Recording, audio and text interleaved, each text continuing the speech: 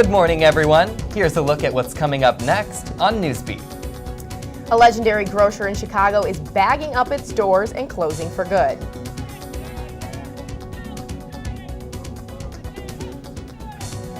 Underfunded and silent no more. Concerned parents and teachers march outside of City Hall. We've got the latest on the CPS debate. Plus, in the nation's capital, veterans call for an end to the government shutdown. With 2 days and counting, will a deal be made? Newsbeat starts right now.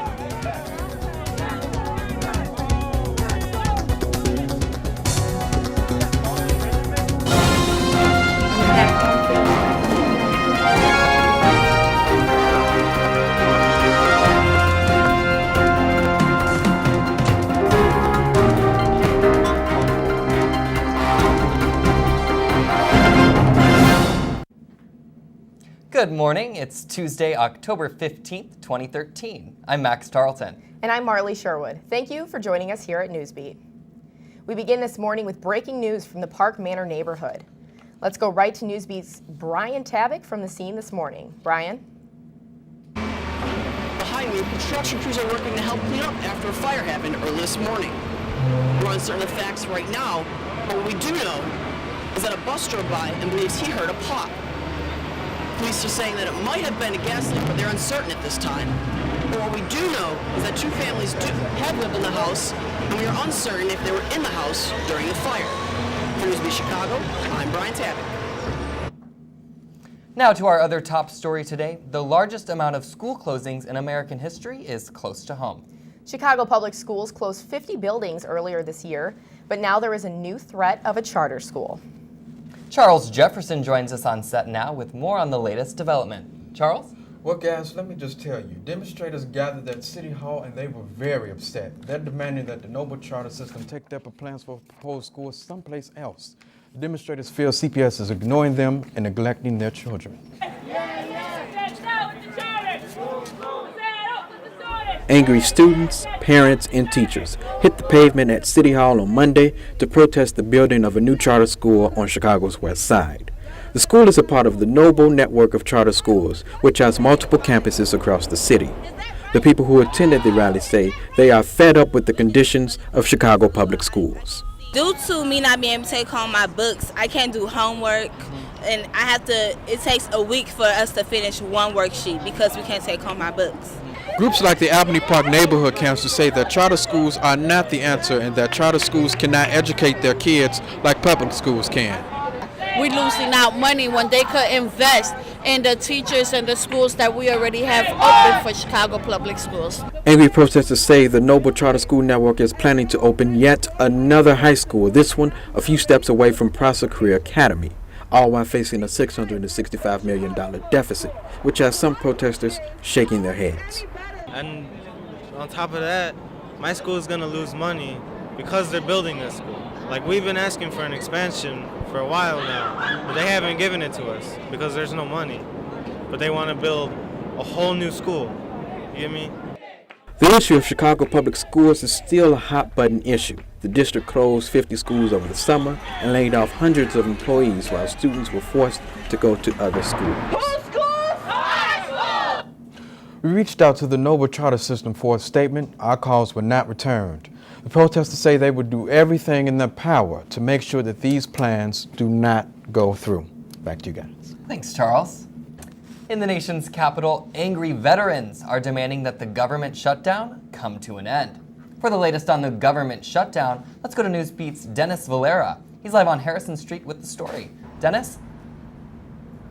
Thanks, Max. It's now day 15 of the government shutdown and everyone's patience is running thin. On Sunday, the veterans' frustrations has reached their peak. As civilians, we don't get a lot of opportunities to serve our country, and when one presents itself, we need to seize it. After stripping the barricades from the World War II memorial, veterans piled them on the White House fence. There, veterans stepped toe-to-toe with police in riot gear. As police pushed back protesters from the fence, many began to chant, "Shame on you."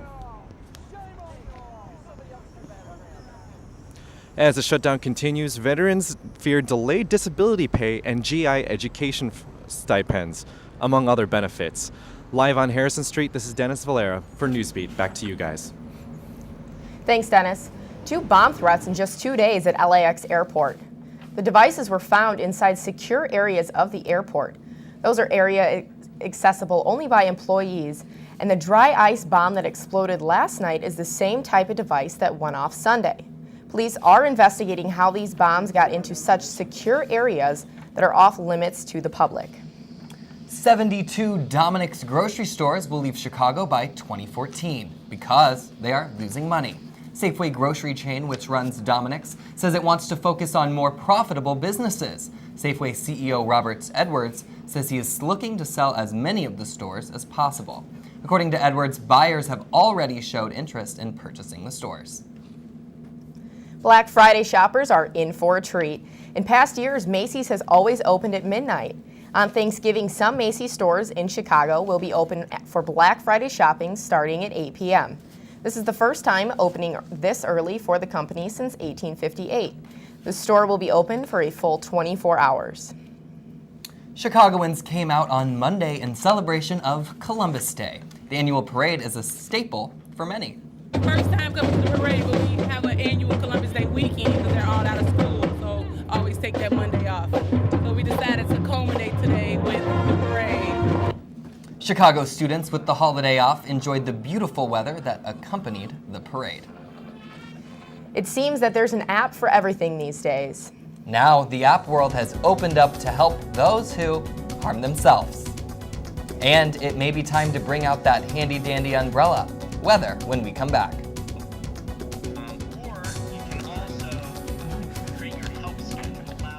In the small town of Elmira, New York, a boy was born into an all-American family. The odds of him achieving his dream in the fashion industry? 1 in 23 million. The odds of having a child diagnosed with autism? 1 in 88. I am Tommy Hilfiger, and my family is affected by autism. Learn more at autismspeaks.org/signs.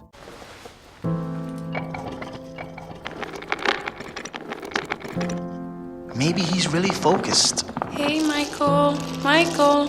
Maybe he likes spinning the wheels. Maybe he just loves trucks. Maybe he's just being a boy.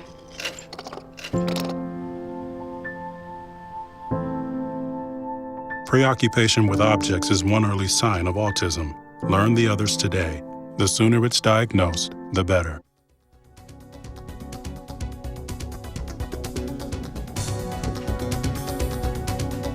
Two University of Chicago professors are the newest winners of a Nobel Prize for Economics.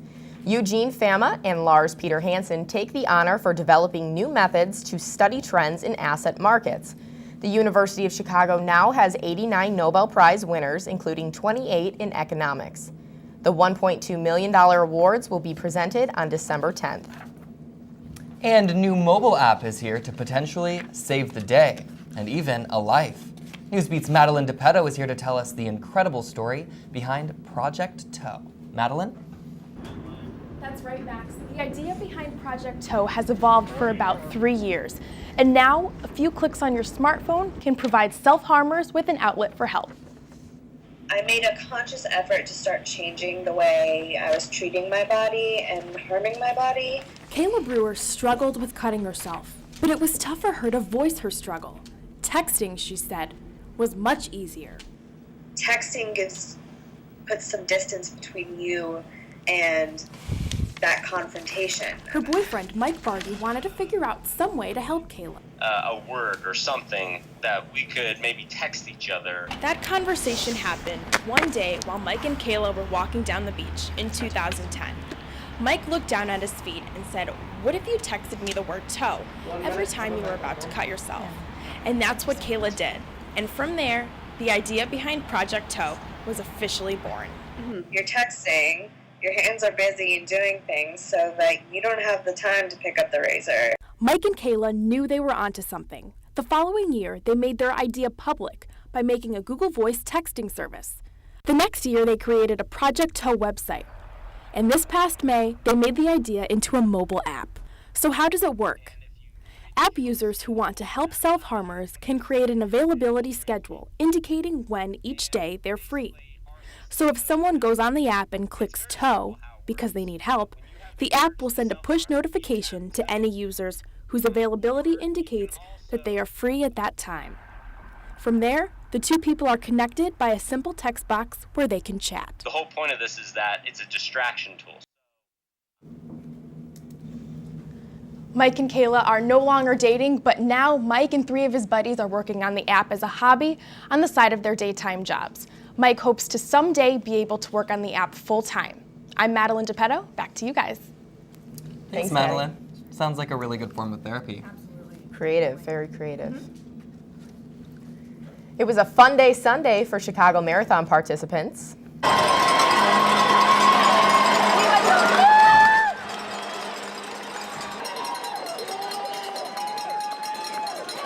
Inspirational runners taking the lead. The clouds are rolling in, but the sun is peeking through. Will it be rain or shine? Weather is next on Newsbeat. Hey, I'm Anderson Cooper. As a parent, you want to make sure that your child knows how to deal with bullying when they see it happening. And chances are they want to help, but they don't really know how. I'll teach them that the best thing to do is calmly walk away, find a teacher or other adult, and speak up. And do your part. Be that adult they can talk to and trust will listen. Join me to help stop bullying. Go to stopbullying.gov to find out more.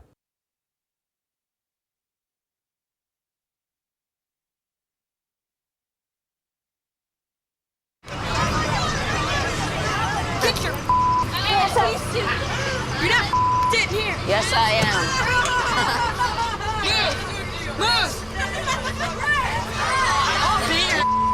Give it to him hard. No. Every day, kids witness bullying. Why you stab me with it? No. They want to help, Ow. but don't know how. Oh, Teach your kids how to be more than a bystander. Visit stopbullying.gov.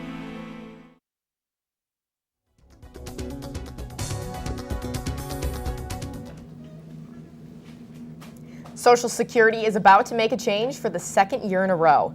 Starting next year, Social Security benefits will increase around 1.5%, which is the smallest increase since 1975. This is all due to consumer prices not going up in the last year. All eyes were on Chicago this weekend as tens of thousands of runners and 1 million spectators.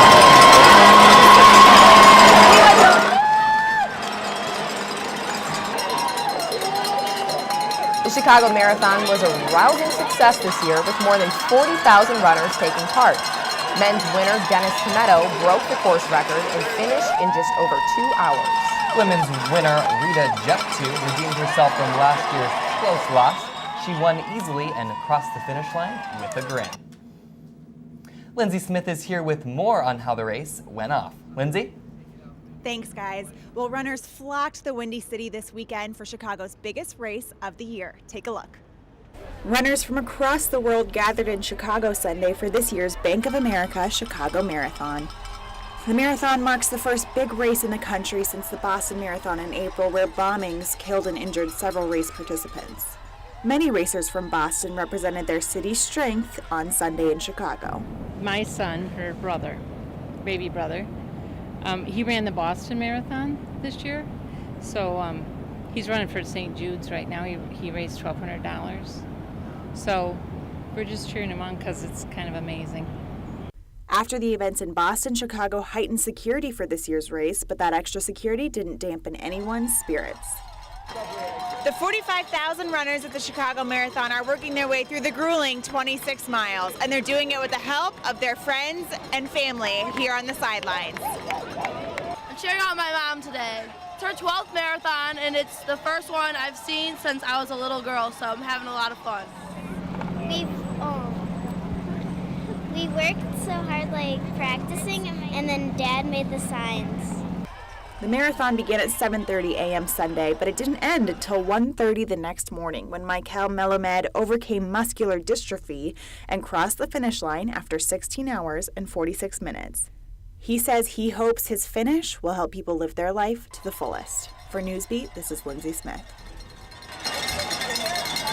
Melamed's big finish had to be one of the most inspirational in the history of the Chicago Marathon. I'm Lindsay Smith. Back to you guys. Wow, that's wonderful. Thanks, Lindsay. Now let's check in with Patricia Razai with your look at weather. Patricia? Thank you, Max. Well, fortunately, we are not experiencing snow like they are in South Dakota, but it is starting to get a little chilly here in Chicago. So let's go ahead and take a look outside. So it looks like at the Buckingham Fountain, there is a lot going on.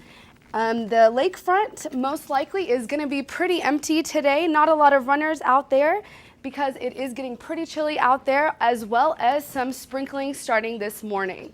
Now let's look at some of our current conditions today. We are looking at 56 degrees, humidity at 74, and winds pretty low at 3 miles per hour. And also in our Chicago surrounding areas, at Waukegan we're looking at 36. Chicago, we're looking at 66. Midway, also at 66. O'Hare, we're also at 66. Joliet, a little higher at 68. And Aurora is going to be at 66 as well today. Tonight, we're looking at a little bit of cooler temperatures. We're going to be at 49 with humidity going down to 71%. And southwest winds coming in at 15 to 20 miles per hour. Now, it looks like this week we are going to be seeing a little bit of rain. Tomorrow we're going to go up to 58 degrees, mostly rainy. Thursday's high of 60, mostly cloudy, as well as Friday 52, mostly cloudy. This weekend we're going to be looking at some sun, which is going to be something that everyone will be looking forward to. So that's going to be all for the weather for this week. Thanks. It seems like I'm going to have to get my fall cardigan out. I know, it's definitely starting to look like fall. Not ready for it yet. It was an emotional week for the Vikings running back Adrian Peterson. Find out what almost kept him from playing on Sunday.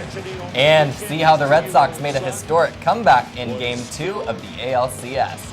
And he decided to play. He has had some good runs, but not enough of them. Don't look at me.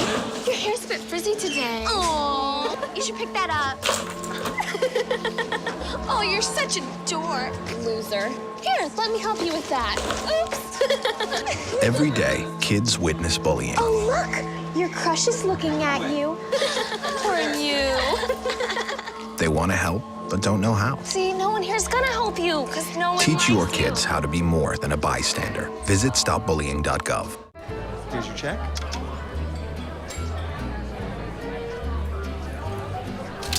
Oh, you got it. You know, since I got rid of my car, I really enjoy walking. Okay. Got it. No? Getting pulled over for buzz driving could cost you around $10,000 in fines, legal fees, and increased insurance rates. Oh, you're home early. You live with your mom? That'll set your game back a few years. Buzzed, busted, and broke. Because buzz driving is drunk driving.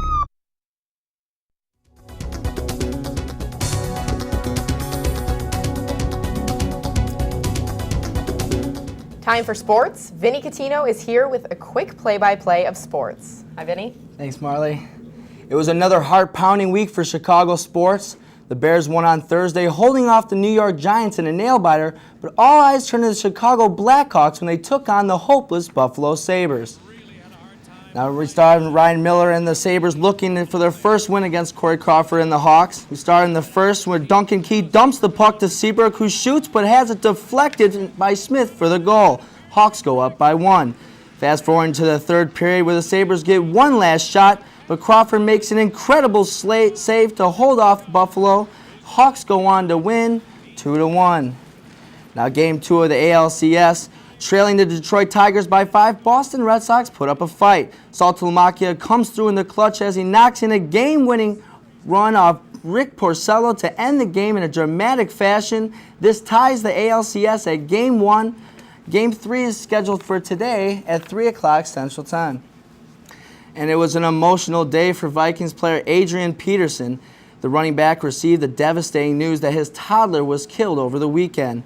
Police say the 2-year-old was beaten to death by his mother's boyfriend, and now 27-year-old Joseph Patterson is charged with murder. But that did not stop Peterson from returning to the field on Sunday, where he played the Carolina Panthers. Now real quick, Northwestern dropped out of the top 25 in the BCS poll after their embarrassing loss to Wisconsin. Also, Texans fans are being criticized for cheering their quarterback Matt Schaub got injured. And finally, after Week 6, there are only two undefeated teams left in the NFL, the Denver Broncos and the unexpected Kansas City Chiefs. Now, I don't know about you guys, but the Adrian Peterson story kind of left a bad taste in my mouth. Yeah, I agree. It was really hard to hear that all coming out on Twitter as well. Yeah, I mean, I just thought he had a lot of courage to come back on the field the Sunday after. Oh, absolutely. Well, that wraps up Newsbeat for today. For Vinny Catino in sports, Patricia Rezai in weather, and everyone else here at Newsbeat, I'm Max Tarleton. and I'm Marley Sherwood. Remember to join us right here every Tuesday morning at 11:30. Have a great day.